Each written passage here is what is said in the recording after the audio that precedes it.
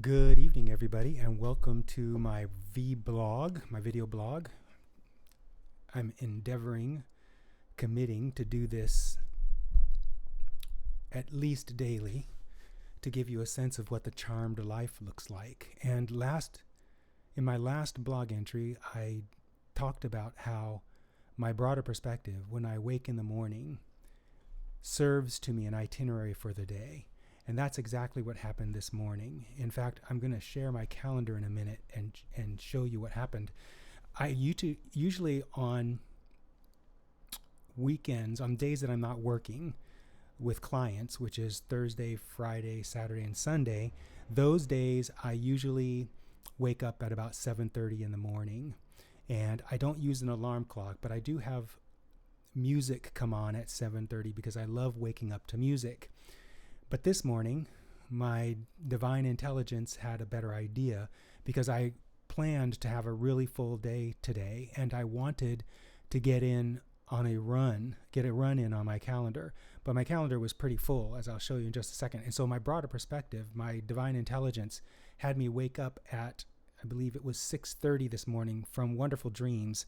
And usually when that happens, I know that something in store is going to happen that's going to be really fun. And so I woke up and had the impulse to go for a run, which I did, which I was about to do. And then I checked my calendar and planned out my day and realized that I had time in the day, not only to, there's the calendar right there. I had not only time in the day to go on a run, but also I can't point to it. There it is. I also had that extra hour there. And so what I did was I meditated for an hour, which I usually do. And it's interesting because normally had I woken up at 7 instead of at the time I did at 6:30, or at 7:30, I would not have had time. I would have had to have chosen between going on a run or meditating for an hour. And of course, my broader perspective wanted me to have it all. And so I just snapped out of sleep at 6:30 in the morning, which gave me plenty of time to do my ablutions, to meditate for an hour, and then to go for a run. And it still left me time to make my breakfast, my coffee appointment with Razier, as you see in the calendar. The rest of the day, I could not have gotten it in. I just had so much going on. So that was pretty cool.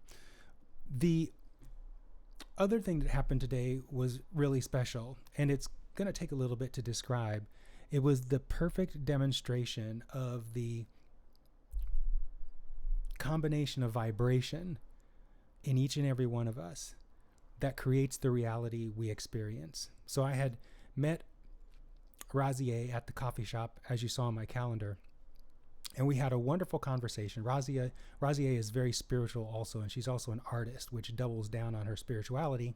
And we were talking about the nature of the United States because one of my clients is in Norway right now. Hey, Scott, I'm not sure you're going to see this. I'm going to send you a copy of it so you can watch it because the story I was going to tell you is in this journal entry.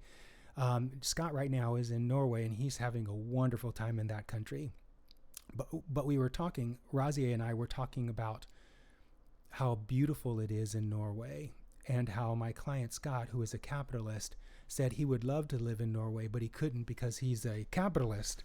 And as a capitalist, he wants to make as much money as possible, and he doesn't believe that he can do that in Norway. And so Razier and I were talking about the differences between Norway and the United States, and Razier was talking about how people in the United States seem to be encumbered by societal pressures which have them unable to earn a decent living. And I was countering that slightly and suggesting that everybody's situation in their life is being driven by their beliefs. And a lot of those beliefs we take on from our parents and from society, from our education, etc. And so some of us have really disempowering beliefs that make it very difficult to make, if you want to make a lot of money, to make a lot of money. But on top of that, on top of those beliefs, people take on other beliefs, I was telling her, beliefs that cause people to get into debt, to buy liabilities that they think are assets, such as cars.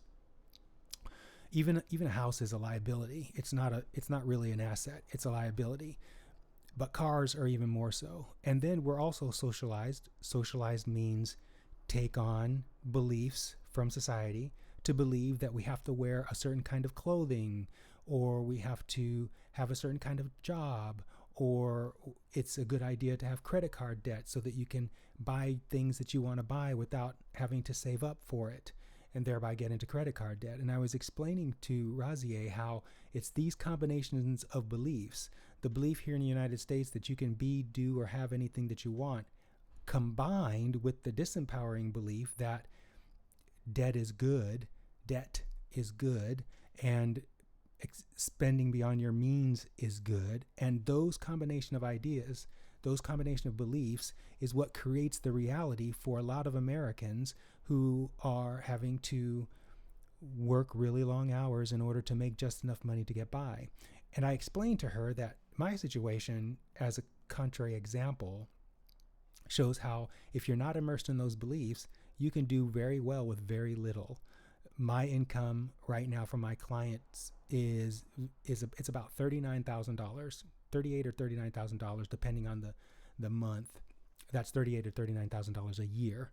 That varies between those two depending on how many clients I'm seeing. And yet, with that little amount of money, I do really well lifestyle-wise. I have, Thursday, Friday, Saturday, Sunday. I have 4 days off every week. I have no pressure from any sort of boss.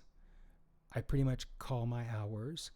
And with the money that I have, since I have no debt, the money that I have goes really, really far. And so I was explaining this to Razier, and as the more we talked about it, the more into this vibration we got on the economy. Well, this guy had pulled up in a old BMW that was obviously had an oil leak because there was smoke pouring out the tailpipe. And I was explaining to Razier, as an example, this guy who was pulling up in this BMW who was driving a car that was really expensive. These SUV BMWs, the maintenance on those cars can cost up to $1 a mile. So for every mile you drive, you have to pay $1 in maintenance costs to keep those cars up. And obviously this guy hadn't done that because it was leaking oil and smoking like a smokestack. Anyhow, as I was pointing this guy out to Razier, the guy came out of the car, passed by our table, and was looking for a place to sit down. And Razier invited him to sit at our table, which was just very interesting. So he sat at our table, and then on the other side of our table was a woman from New Zealand. I want to say her name was Sarah, but I don't think that was her name. I'm guessing there. Anyhow, Razier and I kept talking about what we were talking about. And of course, the guy who was sitting at our table was listening to what we were saying, and he jumped in and he started to go off on how African American men, brown-skinned people, were under intense pressure from curses, that was his word, curses, devils, and people at the top who are basically preying on them. And I tried gently to give him an alternative view, but the more I tried to give him an alternative view, the angrier he got and the louder he got and the more intense he got in terms of expressing his beliefs, which are true for him, that society oppresses brown people. As that was happening and I was engaging with this guy, I could feel my own vibration start to wobble because he was so intense. And I was more concerned about what all the other people around us were thinking, because this guy was like talking at the top of his lungs, and it was clear that he was trying to convince not just me, but everyone at this outdoor seating area. And so I could feel myself wobble because I was wondering why he was getting so angry. And then the woman next to us, as I was trying to explain to this guy, his name is Royal, as I was trying to explain to him that everyone's reality is a result of what's going on inside of them, the woman stood up and she said, "That's exactly right. If you want solutions, you have to search for them within." And I looked at her and was just shocked by the juxtaposition of the calm serenity that she was offering, juxtaposed with the extreme agitation that Royal was offering. I got sucked into Royal's vibration. And so I was trying to soothe him while at the same time honor his perspective. His perspective isn't wrong. It's just not a reality I choose to live in, and so I don't. And so I was giving him the opportunity to see that he doesn't have to live in that reality either, but momentum was keeping him there, including his resistance of a possibility that he's the creator of his reality. He just could not hear it. Meanwhile, Razier, who had invited Royal to sit with us, turned and started talking to the other woman, and she had a magnificent manifestation around curing herself of cancer using the kind of practice that I offer. And at the end of all of this, the woman from New Zealand had to leave before I could turn my attention to her. And Razier told me her story, and I was just sitting there thinking, wow, look what I attracted. I have this wonderful friend, Razier, who resonates with the material I offer, although she's not a practitioner of the material I offer. She's a little bit more leaning toward Royal's perspective than the woman from New Zealand's perspective, but she's very kind and very calm. And then I had attracted this woman from New Zealand who perfectly matched what I was offering as a vibration, what I offer to my clients, what I offer to the world. And at the same time, and I know why, it was because I was talking so much about the distortions that many Americans have with regard to living in the United States and adopting the beliefs there. At the same time, I had attracted Royal, who was the perfect juxtapositional match of the woman from New Zealand. Two demonstrations of either side of the stick being the subject of the ability to enjoy freedom, sovereignty, and power in your life. It was a marvelous manifestation. There's a lot more about it I could share, but this is already long as a journal entry, and frankly, I want to go and chill for a little bit. So yeah, just a marvelous day. It's been such a beautiful day. I've had such a great time working on my projects. I feel really high vibing right now, and I really wish the best for Royal, and I really appreciate the woman from New Zealand, and I appreciate the cooperative component that was Razier, who invited Royal to our table to juxtapose with the woman from New Zealand who was on the other side of us. And I really appreciate my broader perspective for waking me up at 6:30 instead of allowing me to sleep till 7:30, which allowed me to both get in my hour meditation this morning and a nice 5K run. All right. See you guys tomorrow, probably. Okay. Make a comment or subscribe and like, and I will see you in the next one. Bye for now.